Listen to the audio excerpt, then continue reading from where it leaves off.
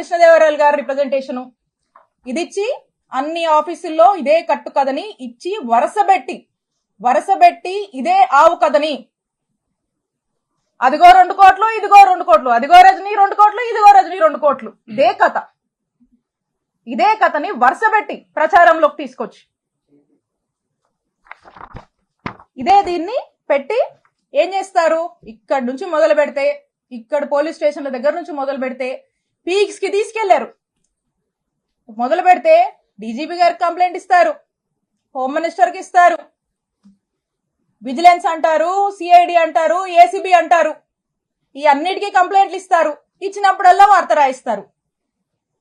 10 నెలల నుంచి ఇదే కథ.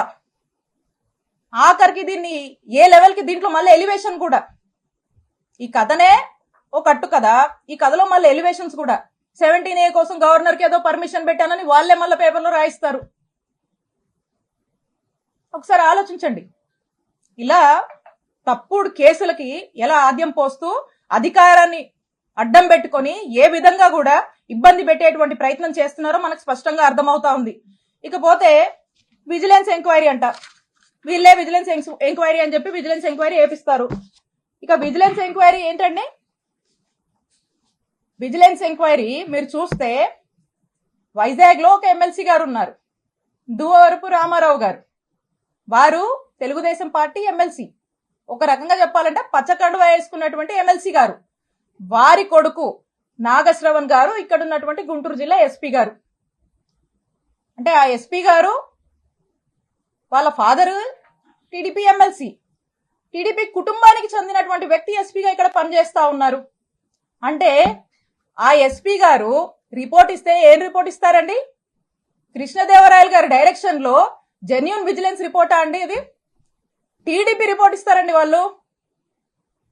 ఇక్కడ నుంచి ఒక ఫ్యాబ్రికేటెడ్ అవాస్తవాలతో కూడినటువంటి ఒక టీడీపీ రిపోర్ట్ ని, ఏమీ లేనటువంటి విషయాన్ని వాళ్ళకు అనుకూలంగా వాళ్ళకు నచ్చినట్టుగా రాసుకుని పంపిస్తారు.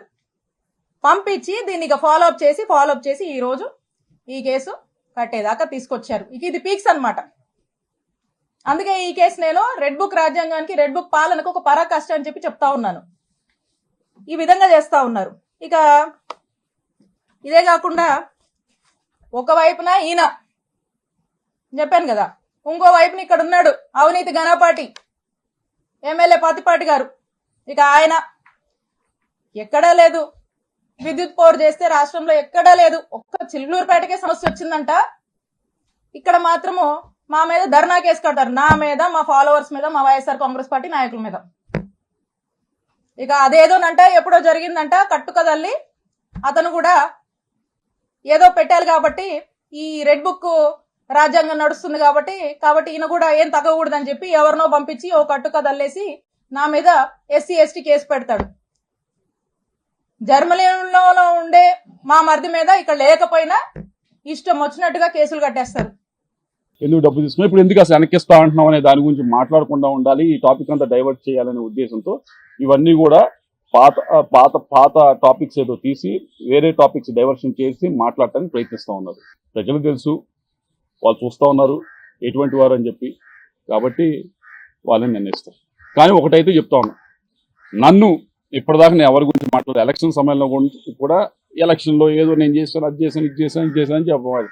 టైమే అందరికి సమాధానం చెప్తే నేను వదిలేసాను. నిజంగా టైమే కొంతమందికి సమాధానం చెప్పింది, వాళ్ళే తెలుసుకున్నారు అంతే. నేను ఇప్పుడు కూడా చెప్తాను, నేను ఎప్పటిదాకా నేను ఎత్తలేదు, మీరే ఎత్తారు, మీరే నా పేరు ఎత్తారు, మీరే మాట్లాడిచ్చారు రావుతో.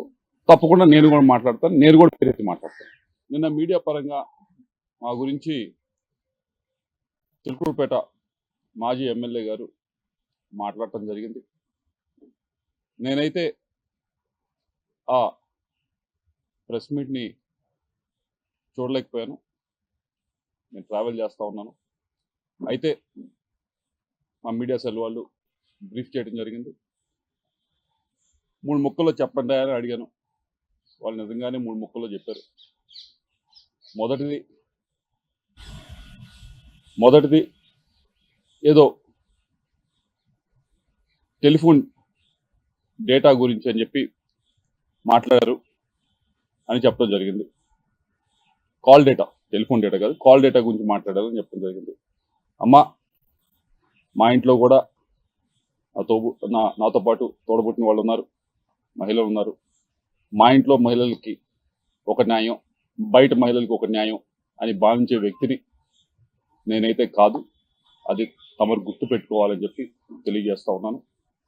రెండో విషయం, ఏదో ల్యాండ్ విషయం అని చెప్పి మాట్లాడారు. ఏదో విశాఖపట్నంలో ఏదో ల్యాండ్ ఉంది అది ఇది అని మాట్లాడటం జరిగింది. అమ్మ, మేము 45 సంవత్సరాలుగా 1977 నుంచి విజ్ఞాన విద్యా సంస్థ నడుపుతా ఉన్నాం.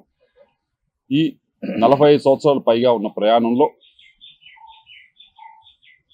ఆంధ్ర రాష్ట్రంలో కాదు దేశం మొత్తం ఎక్కడా కూడా, ఆంధ్ర రాష్ట్రంలో కాదు దేశం మొత్తంలో ఎక్కడా కూడా గవర్నమెంట్కి మేము రిక్వెస్ట్ పెట్టి మాకు ల్యాండ్ అలాట్ చేయండి అని చెప్పి ఒక్క దగ్గర మేము ల్యాండ్ అలాట్ చేయించుకున్న దాఖలాలు ఉంటే దయచేసి మీడియా మిత్రులకు చూపించాలి, లేకపోతే బయటికి తీసుకొచ్చి చూపించండి.